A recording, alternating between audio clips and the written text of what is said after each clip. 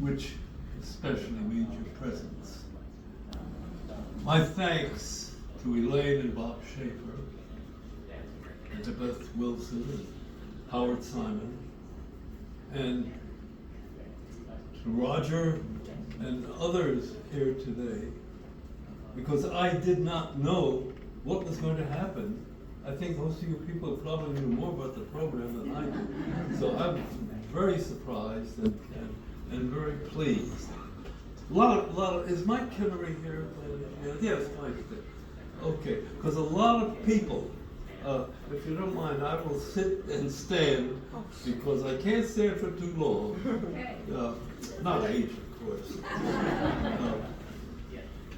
But a lot of people say, okay, what are you going to do in the next 10 years? Mike, I don't know if you knew, you were the one who decided. Several years ago, I was on Mike's show, the 3-song show. And at one point, told him about my first time in Paris. Got off in the Champs-Élysées. This was in actually April 19th, 1945. And I heard a USO orchestra rehearsing. And I said they were rehearsing April in Paris, chestnuts in blossom. And Mike said, you're a singer. And I admitted I sang in the shower. Since then, I came out of the shower and sung to some other people. So at this point, what am I going to do in the next 10 years? I'm buying a mask. I'm going up to New York and audition for that Masked Singer program. Actually, I'm not going to do that. You see, as some of you know, the older you get, the colder it gets up north. That's not true, though. You see, it's not true because actually every place in the world is getting hotter because of global warming. However, in keeping with the practice of some of our leaders of our country, I just decided I'd make that up as an alternative. So I'm going to stay down here. You know why? Because I really like the war. I like the summertime. Summertime and the living is easy. The fish are biting and the cotton is high. Oh, your daddy's rich and your mama's good looking. So little baby, don't you cry. One of these mornings, you're gonna rise up singing, and you spread your wings and take to the sky. But until that morning, there ain't nothing can harm you. With mom and daddy stand.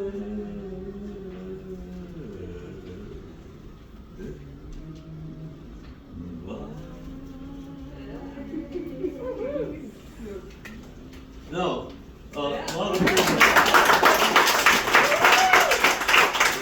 of people say to me, you're 100. You can run 100.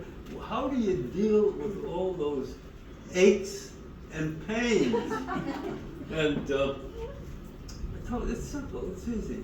First thing you do, you make sure you have a closet with a long shelf to put all those little bottles of pills in that are keeping the pharmaceutical companies in. Well, some of you are already doing this, but you know you also have to keep a set of bottles of prune juice.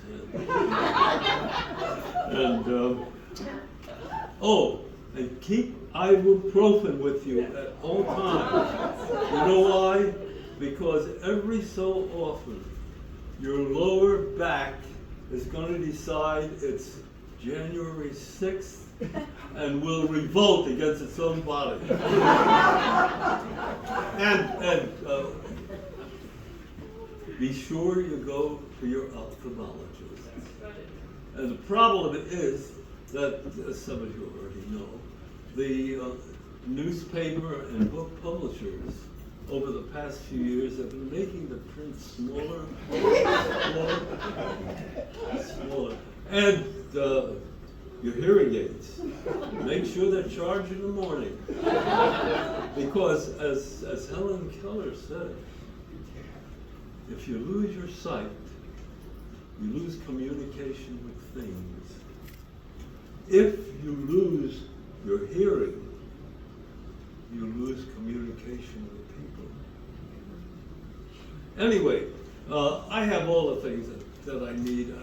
My wheelchair, my walker, my cane, and frequent visits that Joanne hopefully drives me to, because I don't even drive anymore, to the local VA medical facility. Takes care of everything. But most important is attitude. You've got, if you have an attitude, you think it's going to be a good morning, chances are it's going to be a good morning. Yeah. So, I tell you what I do. Every morning I look out my window. You know what I see? I see a beautiful meadow. And there's a bright golden haze on that meadow. There's a bright golden haze on that meadow. The corn is as high as an elephant's eye. It looks like it's climbing right up to the sky. Oh, what a beautiful morning. Oh, what a beautiful day. I've got a wonderful feeling that going my way. All the cattle are standing like statues. All of my cattle are standing like statues. They don't move their heads as they see me ride by. But a little brown maverick is a wicked ride. Now everybody join me. Oh, what a beautiful morning. Oh, what a beautiful day. I've got a wonderful feeling.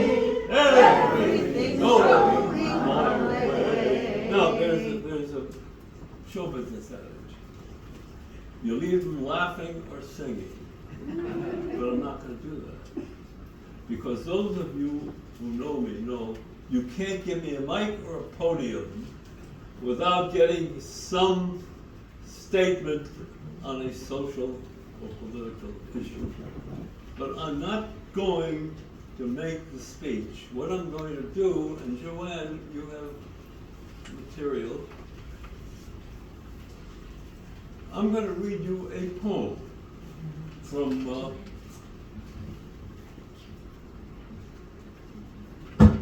one of my poetry books.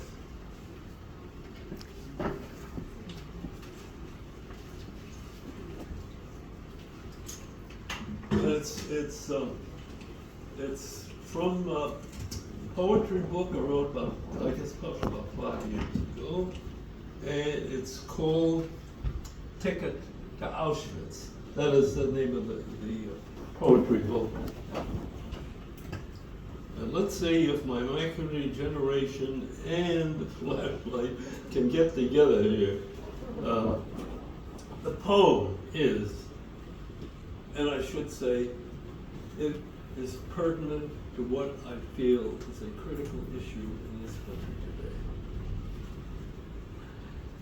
It is, I would not be here. I don't know if you can hold it on here, so. This does take a few minutes.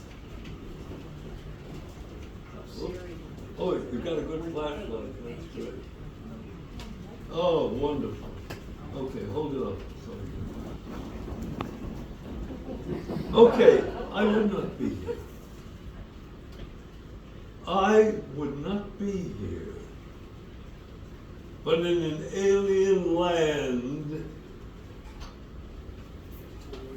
if doors had been closed, the welcoming torch extinguished by bigoted rhetoric, barring those who bore me, my mother and father, seeking refuge from war, from prejudice, from poverty, from pestilence, from repression, from violence, even from the possibility of death. Like millions of others,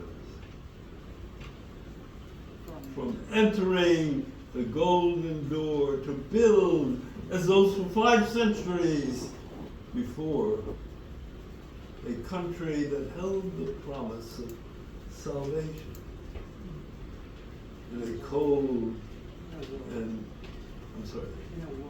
in a world of indifference and pain. A disparate group of pilgrims, different cultures, different beliefs, different behavior, different tongues, different colors, crossing seas and mountains and deserts to find refuge and hope. Not always benign, the refuge, the vicious hate and evil of slavery. The Pinkertons and scabs, the sweatshops, the road gangs, the slums next to penthouses, the economic inequality, but still, foremost, a refuge better than the lives they left. Today, for too many, the hope is dead. The promise is buried. Thread of survival, the security of accomplishment, the salve of contribution are denied. Compassion is dormant. The heart of our country, fed by the lifeblood of refugee immigrants, is clouded. Humaneness shrivels, locking itself away from the cries and currents of humanity. If yesterday were today, I would not be here to read this, but likely part of a pile of ashes in some foreign land.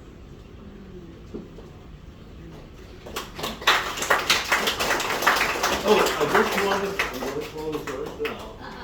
I want to thank you all for everything you've done for me today. It's been a great honor. And 10 years ago, at my 90th, I said to everyone, I'm inviting you to my 100th birthday. And I said, you all look healthy enough to make it. Well, now I'm inviting you all to my 110th birthday. And I'm not sure we're all going to make it. But you know we're going to give it a try. Thank you. I love you all.